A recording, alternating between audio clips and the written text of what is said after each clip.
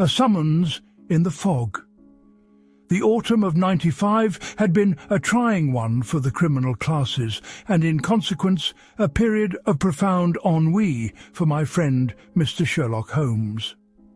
The great city of London lay muffled in a dense, coiling fog of a yellow ochre tint, a miasma so thick that the afternoon sun was but a faint silvery disk in the heavens, and the familiar rumble of the Strand seemed to come from a great and mournful distance. Within our modest lodgings at 221B Baker Street, the fire in the grate burned with a sullen cheer, its light dancing upon the chaotic array of Holmes's chemical apparatus and the stacks of obscure folios that littered every available surface. For 3 days Holmes had been sunk in a state of deep melancholia, alternating between long, mournful airs upon his violin and pacing our sitting-room with the restless energy of a caged panther. I had endeavoured to engage him in conversation upon the subject of recent surgical advancements, only to be met with a vacant stare and a desultory wave of his long, thin hand. His mind, that most perfect and extraordinary of reasoning machines, required a problem, a three-pipe problem, as he was fond of saying, and without one it turned upon itself, chafing and rusting from inaction. "Watson, the faculties fall into decay when they are not used," he remarked on the afternoon of the 3rd day, laying his violin aside and collapsing into his armchair. "The criminal world has become distressingly dull. There is no artistry, no finesse. A bungled jewel theft in Mayfair, a common forgery in the city. It is the barrenness of a desert. I crave complexity, a puzzle worthy of the name." As if in answer to his plea, there came a sudden sharp rapping at our door. It was not the timid knock of a patient, nor the confident rap of a friend, but an urgent, almost frantic summons that spoke of a matter of great import. Mrs. Hudson showed in a gentleman who seemed to have brought the very fog of the streets in with him. He was a tall man, impeccably dressed in a dark travelling cloak, though his face was pale and his eyes, deep-set and intelligent, darted about the room with an expression of profound anxiety. He clutched a leather portfolio to his chest as if it were a shield. "Mr. Sherlock Holmes?" he inquired, his English precise, yet coloured by a distinct guttural accent. My friend rose and bowed with an air of languid courtesy. "I am he, and this is my friend and colleague, Dr. Watson. You will forgive the untidiness of our quarters. Pray take a seat by the fire, for you are chilled to the bone." He indicated the chair opposite his own, and our visitor sank into it, though he did not relinquish his grip on the portfolio. Holmes, having thrown a fresh log upon the fire, resumed his seat and steepled his fingers, his grey eyes fixed upon the man with an expression of intense concentration. "You have come from the continent, I perceive," Holmes began, his voice losing its earlier listlessness and taking on the sharp, incisive quality I knew so well. "From Holland, to be precise. You arrived on the morning boat train from Harwich, having had a most turbulent crossing, and came directly here after a brief and unsatisfactory consultation at your embassy. The matter which brings you is one of the utmost delicacy, concerning a person of the highest rank, indeed, I should venture to say, of a reigning family." Our visitor started in his chair, his jaw agape. "Mein Gott, sir, you are a sorcerer. How could you possibly know these things?" Holmes chuckled softly. "It is a mere matter of observation, sir. The mud spattered upon your trousers is of a peaty, dark grey clay, quite distinct from the yellow soil of London, but common in the low-lying regions of North Holland. Your face bears the particular pallor that only a rough channel crossing can induce, and the ticket for the Great Eastern Railway, peeking from your waistcoat pocket, is for a first-class passage from Harwich this very morning. As for the embassy, the faint scent of sealing wax and official stationery that clings to your cloak is unmistakable, and the slight crumpling of your cravat suggests a heated and ultimately fruitless discussion. Finally, he said, pointing a long, thin finger, the signet ring upon your finger bears the crest of the House of Orange-Nassau. It is not, I think, an insignificant detail. The man stared at Holmes, his astonishment rendering him speechless for a moment.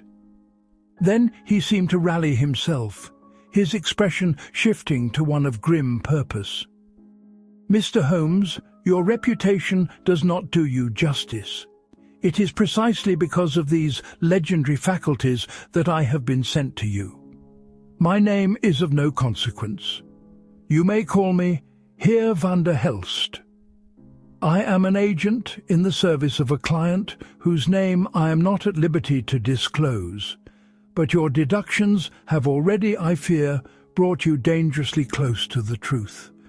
I am here on a mission of the most critical importance to the security and honour of the reigning family of Holland."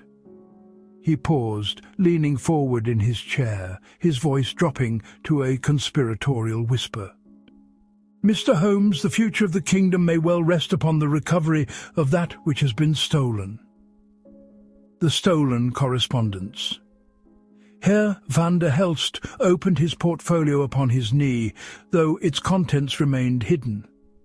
His gaze was fixed upon my friend's face, as if to gauge the effect of his next words. "What has been stolen, Mr. Holmes," he said slowly, "is a series of private letters, a correspondence of a most personal and unguarded nature." Holmes raised an eyebrow. "Between whom?" "Between Her Majesty, a very young and trusting Majesty, I must add, and a foreign personage. To be specific, a German princeling, a distant cousin from the House of Hohenzollern." I saw Holmes's expression sharpen. In the intricate web of European politics, the relationships between the great royal houses were a constant source of tension and speculation. The Netherlands, with its steadfast neutrality, was a linchpin of stability, and any suggestion of a secret accord with the increasingly powerful German Empire would send shockwaves across the continent. "I begin to apprehend the gravity of the situation," said Holmes.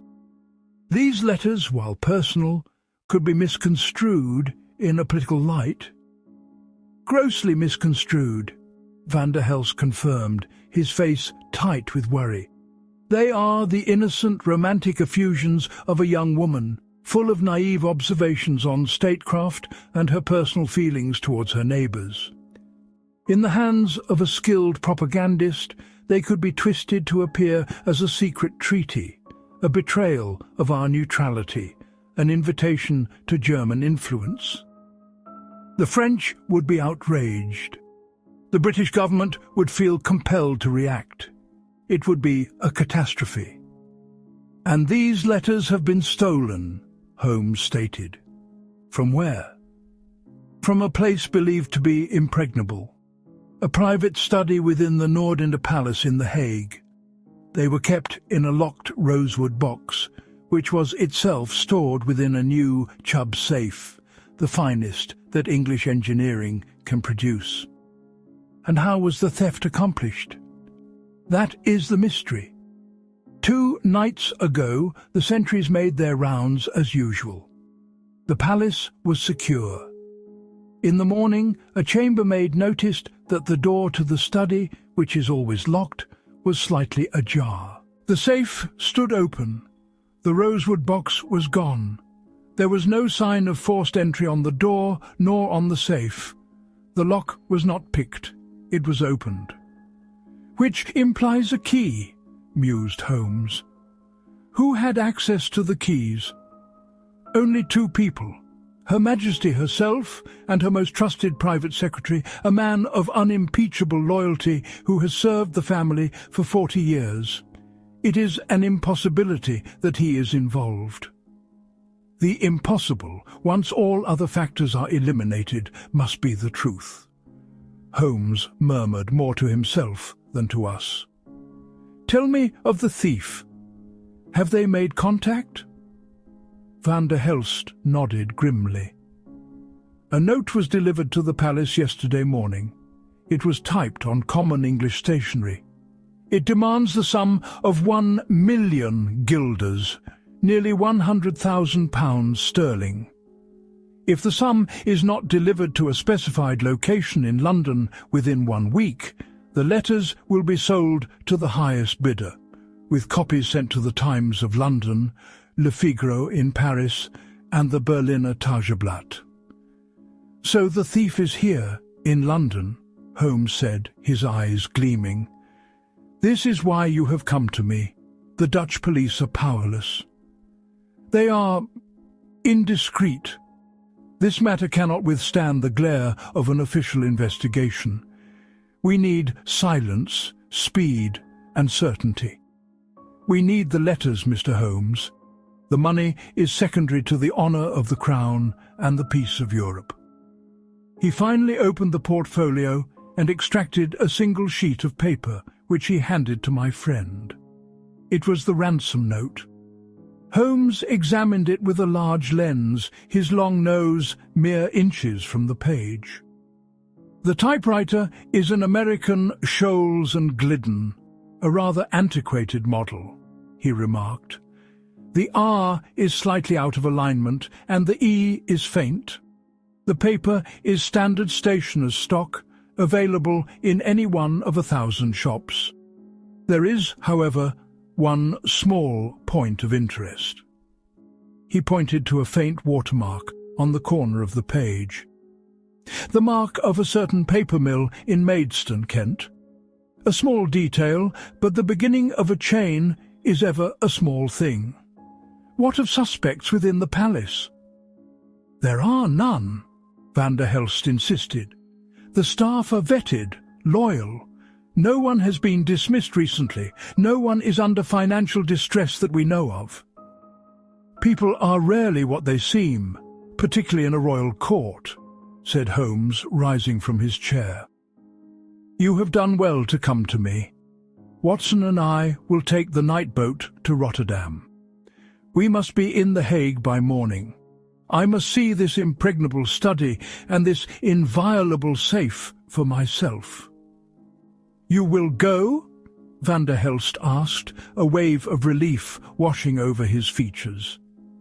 "My dear sir, a case involving a beautiful young queen, the fate of a kingdom, and a locked-room mystery. It is the one thing that could have roused me from my lethargy.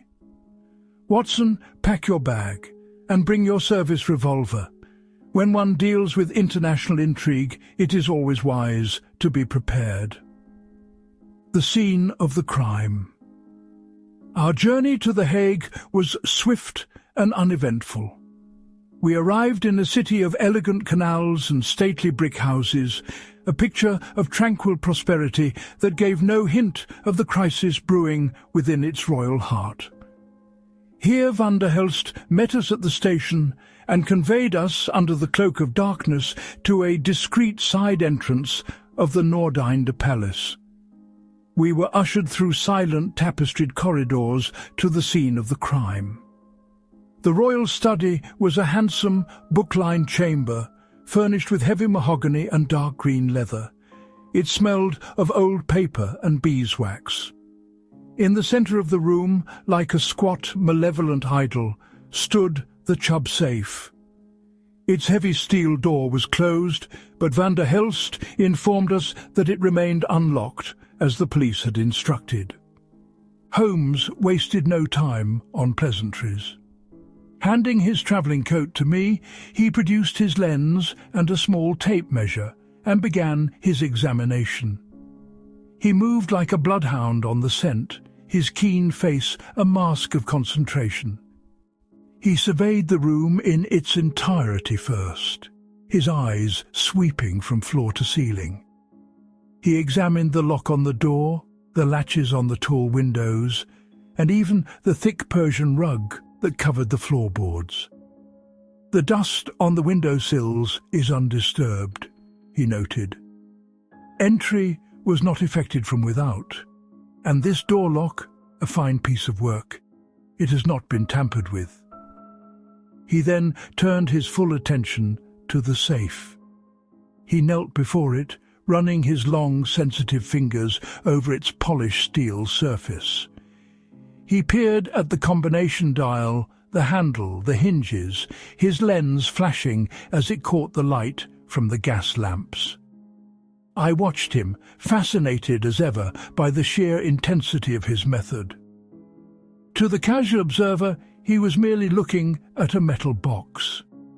To me, he was reading a story written in scratches and smudges, invisible to any other eye. After a full 10 minutes of silent scrutiny, he rose to his feet. "Interesting," he murmured. "Extremely interesting."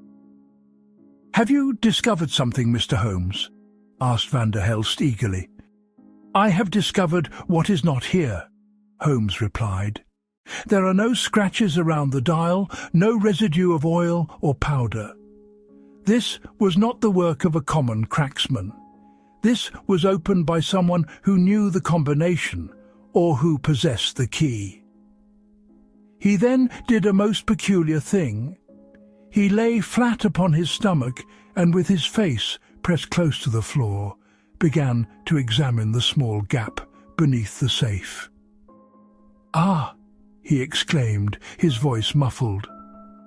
He reached under with a pair of tweezers he had produced from his pocket and carefully extracted a tiny, almost invisible object. He held it up to the light. It was a minuscule scrap of dark thread. "A single thread of Harris tweed," he announced, placing it carefully within a small envelope. "Woven in the Outer Hebrides. A popular cloth in Great Britain, but less common on the continent, I fancy." He continued his search, crawling around the base of the safe. Suddenly he paused, sniffing the air like a connoisseur of fine wines. "Watson, do you smell that?"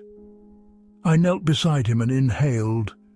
There was a very faint, almost imperceptible fragrance in the air, a sweet floral scent quite at odds with the masculine atmosphere of the study. "Perfume?" I suggested. "Indeed, and not just any perfume. It is Floris's English violets, a scent favoured by ladies of a certain standing. It is subtle, refined, and quite expensive. Our thief, it seems, is a person of taste." He stood and brushed the dust from his knees. "So, we have a thief who wears Harris tweed, an English perfume, who opens a first-rate English safe without force, and who types a ransom note on an old American machine. The picture begins to take shape. Here, Van der Helst, you told me that no one on the palace staff had been recently dismissed." "That is correct." "Then let us broaden our search. Has any visitor to the palace, any tutor, governess or companion, specifically an English one, left their position within, say, the last 6 months?" Van der Helst frowned in concentration, consulting a small notebook from his pocket. "There was an English governess, a Miss Eleanor Vance. She was in the employ of the Queen's cousin, the Duchess of Arenberg. She was dismissed some 3 months ago." "Dismissed for what reason?" Holmes asked, his voice sharp. "A rather sordid affair. A small diamond brooch belonging to the Duchess went missing. It was found in Miss Vance's luggage as she was preparing to depart. She protested her innocence, of course, but the evidence was damning. To avoid a scandal, she was simply let go and sent back to England." "How convenient," Holmes said, a strange light in his eyes. "Tell me about this Miss Vance. What was she like?" A quiet woman, I'm told. Intelligent, well-educated, but proud. She was in her late 30s, perhaps. Respected, but not well-liked. She kept to herself. A proud, intelligent woman, publicly disgraced for a petty theft she claims she did not commit. Holmes mused, pacing the room. What better motive for revenge? To strike back at the institution that she feels has wronged her, and to secure a fortune in the process. It is a far more compelling narrative than a common blackmailer. We must learn everything we can about Miss Eleanor Vance. The ghost in the machine. Our inquiries into the affair of Miss Vance and the missing brooch proved illuminating. Holmes, with his characteristic thoroughness, insisted on interviewing the chambermaid who had discovered the jewel in the governess's luggage.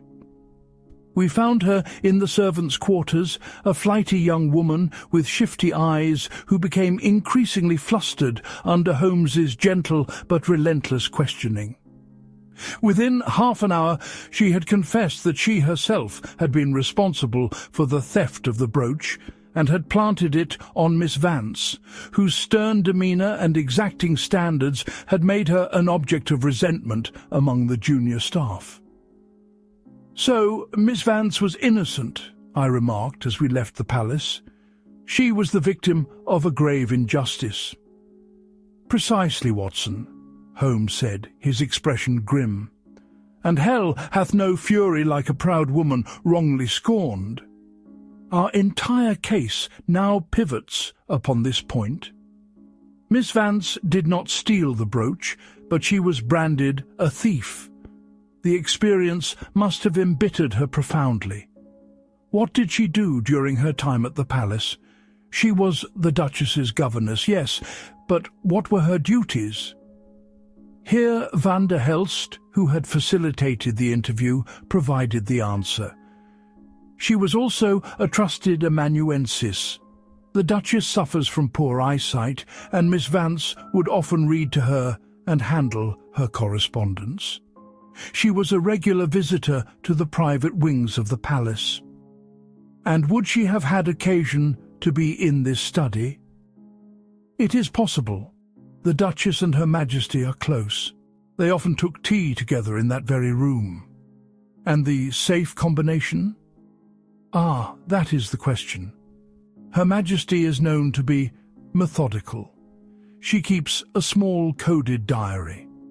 It is conceivable that the combination, disguised in some fashion, might be recorded there.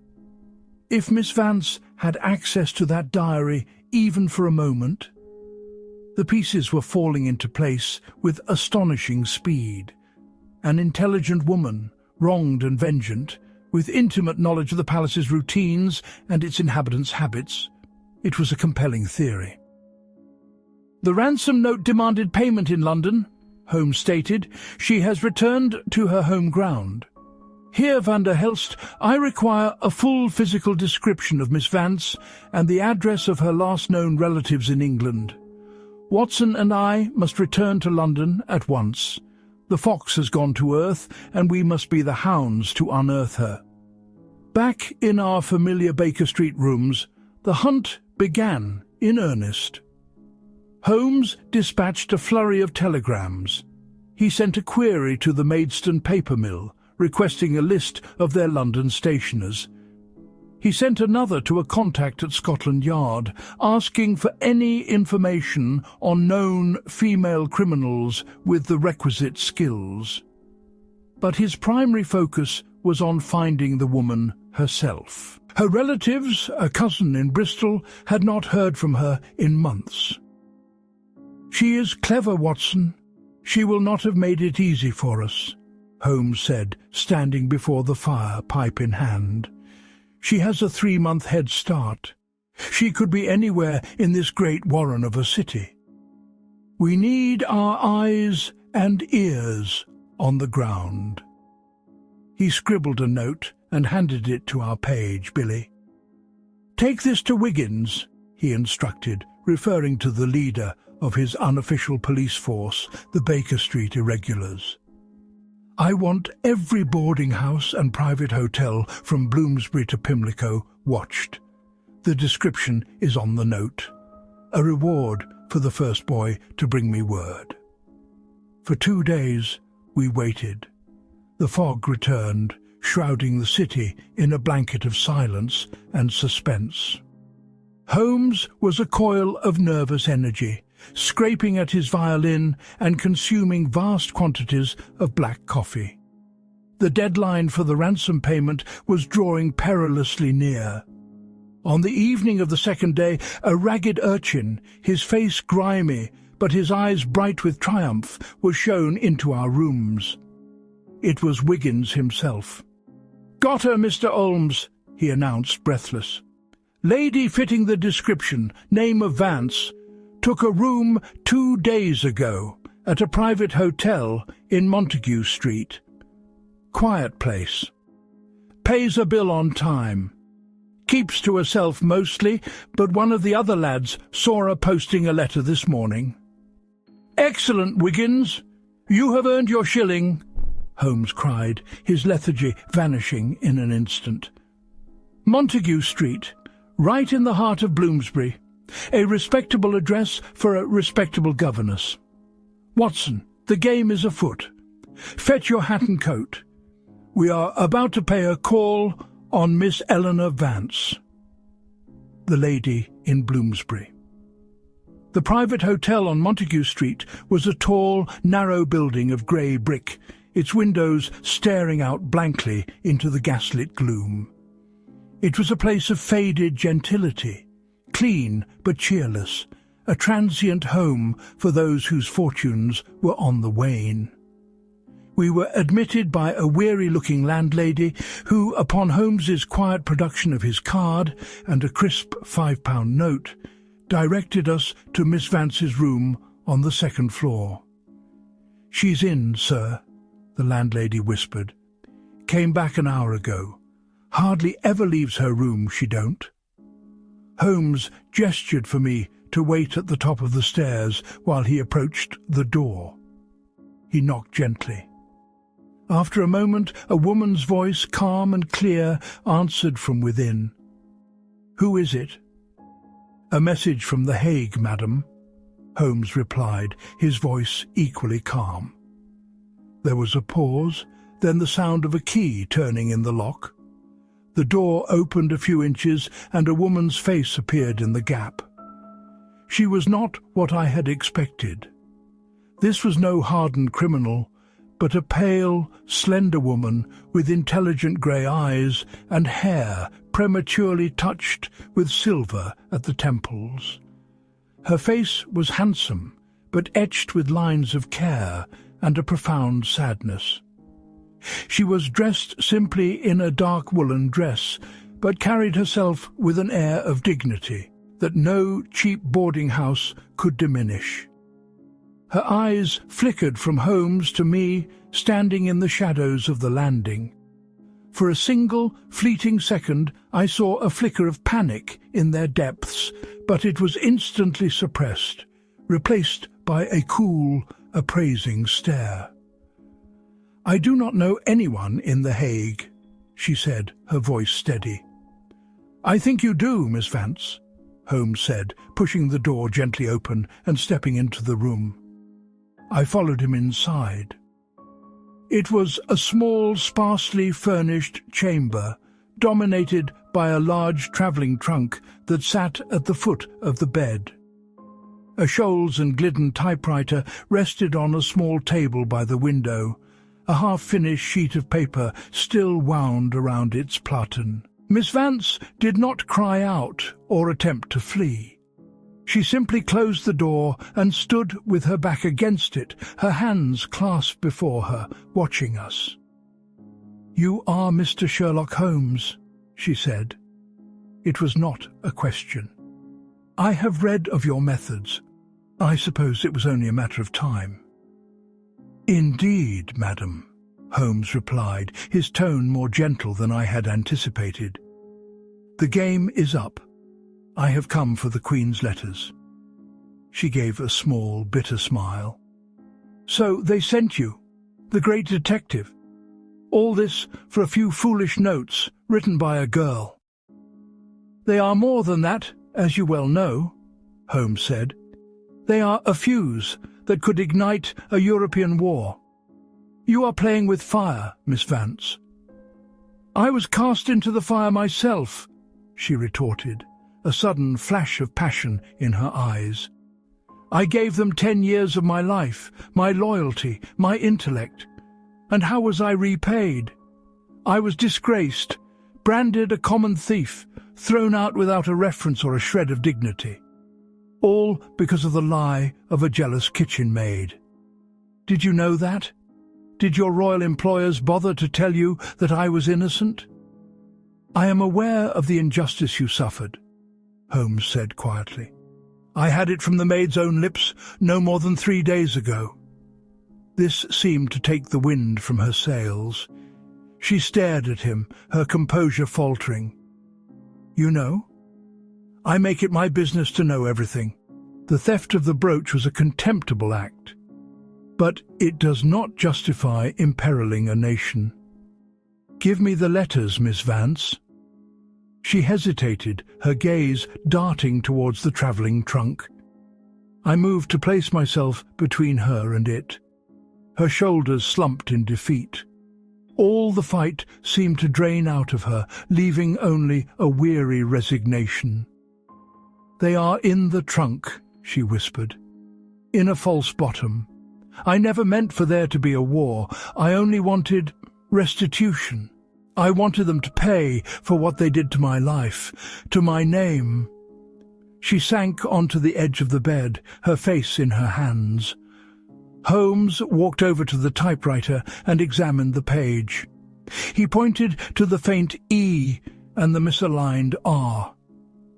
A fatal mistake, madam.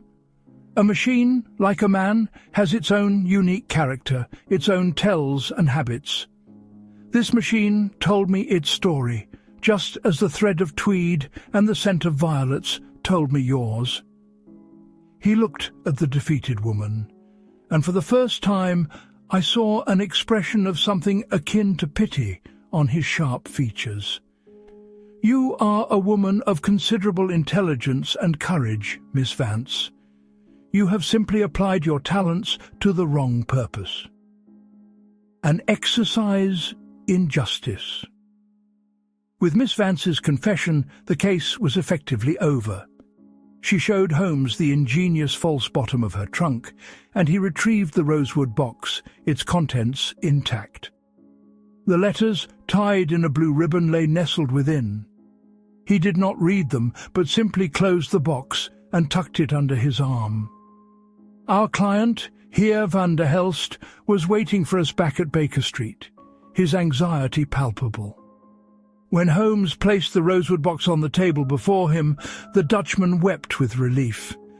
Mr. Holmes, I have no words. You have saved the honour of the Queen and the peace of my country. Your fee?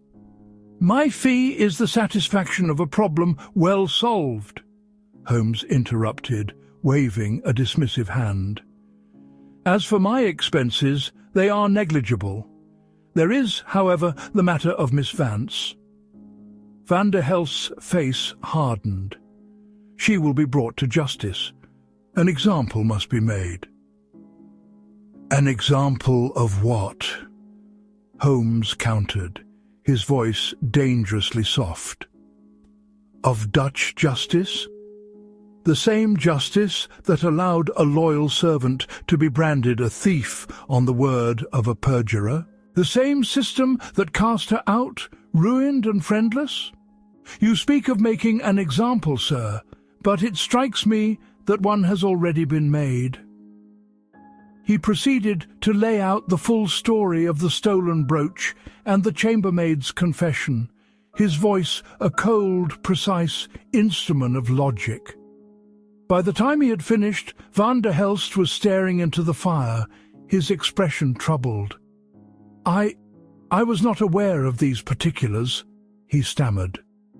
No, said Holmes. Those in high places rarely are. Miss Vance has committed a great crime, it is true, but she was driven to it by a great wrong. To prosecute her would be to drag the entire sordid affair into the public eye, the very thing you hired me to avoid. The story of the stolen letters would inevitably become entangled with the story of the stolen brooch. The press would have a field day. Is that what your queen would want? He let the question hang in the air. The Dutchman was silent for a long time. "What do you propose, Mr. Holmes?" he asked at last. "I propose an exercise in true justice rather than mere legal process," said Holmes. "The 1,000,000 guilders that was to be the ransom. It is a vast sum. A fraction of it, say £5,000, would be sufficient to allow Miss Vance to start a new life far from here in America or the colonies where her past cannot follow her. She is a woman of talent. Given a chance, she might yet do some good in the world." "You would have us pay the thief?" Van der Helst asked, aghast. "I would have you pay the woman you wronged," Holmes corrected him. "Consider it a long overdue severance payment. In return, you have my guarantee, and hers, of absolute silence. The letters are returned, the scandal is averted, and a wronged woman is given a chance at redemption. It seems to me a most satisfactory conclusion for all parties." There was a battle in the Dutchman's eyes between his duty as an official and his conscience as a man. In the end, his conscience won. "It shall be as you say, Mr. Holmes," he said with a sigh. "Your wisdom is as formidable as your methods." And so it was arranged. Miss Eleanor Vance, her passage booked under a new name, sailed for Boston the following week, her future secured by the same hand that had so nearly destroyed her. The reigning family of Holland could breathe easy once more. That evening, as the last of the fog lifted to reveal a star-dusted sky, Holmes and I sat by the fire, the air thick with the smoke from his pipe. "A most unusual case, Watson," he remarked, breaking a long silence. "And a most unusual conclusion, Holmes," I replied. "You let a felon go free." "I let a human being go free," he corrected me. "There are times when the spirit of the law is more important than the letter." Besides, the problem itself was superb. The initial impossibility of the locked room, the faint scent of perfume, the single tweed thread. It was a beautiful chain of reasoning. The intellectual reward was quite sufficient. As for the moral dimension, he shrugged. "Let us just say that I have no desire to be the agent of an imperfect justice. I am a consulting detective, not a judge and jury." He picked up his violin and began to play a soft, thoughtful melody. And as the music filled our little room, I reflected that for all his cold logic and scientific detachment, there was in my friend Sherlock Holmes a deep and often surprising capacity for compassion. It was a quality that the public and even the police rarely saw, but one which, to my mind, elevated him from a mere calculating machine to a truly great man.